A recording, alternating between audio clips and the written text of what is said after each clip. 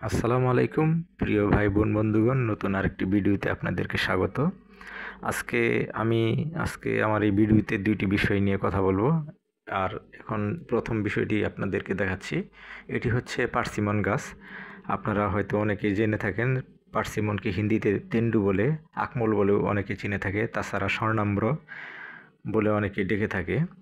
এই এই গাছে যে ফলগুলো হয়, ফলগুলো হচ্ছে কমলা, হলুদ এবং লাল রঙের হয়ে থাকে এবং এই ফলটা অত্যন্ত মিষ্টি হয়। আপনারা হয়তো অনেকেই জানেন যে সারা বিশ্বে 750টিরও বেশি প্রজাতি আছে এই পার্সিমনের।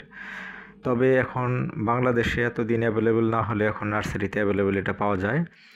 এই পার্সিমনে কিন্তু ভিটামিন আছে, খনিজ আছে, পটাশিয়াম আছে, তাছাড়া চর্বি এতে কম আছে। আর তাছাড়া আলসার, ক্যান্সার এবং উচ্চ রক্তচাপ কমাতে এটা সহায়তা করে, আর বার্ধক্য প্রতিরোধ করতেও এটি সহায়তা করে।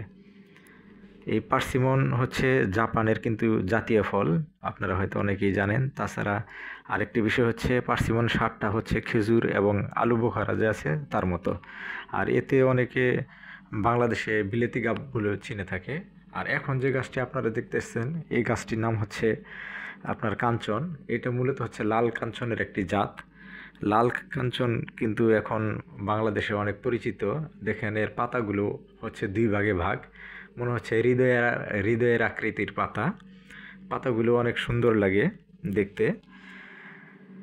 এই কাঞ্চনও কিন্তু অনেক প্রকারের হয়ে থাকে। আর কাঞ্চনের যে ফুলটা হয়, ফুলের কিন্তু 5টা পাপড়ি বিশিষ্ট। আর এই 5টা পাপড়ির মধ্যে আপনার একটা পাপড়ি হয় একটু গাঢ় রঙের, আর ফল কিন্তু হয় সিমের মতো। আর ফলটা যখন হয়, ফলটা শুকিয়ে গেলে একদম ছিটিয়ে পড়ে, বীজগুলো দূরে দূরে ছিটিয়ে পড়ে এবং বংশবৃদ্ধি করে থাকে। আর তাছাড়া আপনার কলমের মাধ্যমেও এই গাছের বংশবিস্তার করা যায়। আপনারা অনেকেই হয়তো এই গাছটার সাথে পরিচিত না, কিন্তু এখন বাংলাদেশে এগুলো অ্যাভেলেবল হয়ে যাচ্ছে।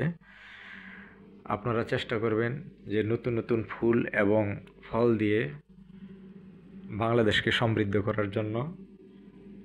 আর যদি আপনাদের কোনো তথ্য জানার প্রয়োজন হয়, আমাদের সাথে যোগাযোগ করবেন।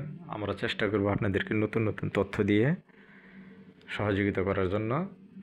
নতুন আরেকটি ভিডিওতে আপনাদের সাথে কথা হবে। সে পর্যন্ত ভালো থাকবেন। আর নতুন যদি কিছু দেখতে চান, সেই হিসাবে আমাদেরকে জানাবেন, আমরা চেষ্টা করব সেই অনুযায়ী ভিডিও করার জন্য।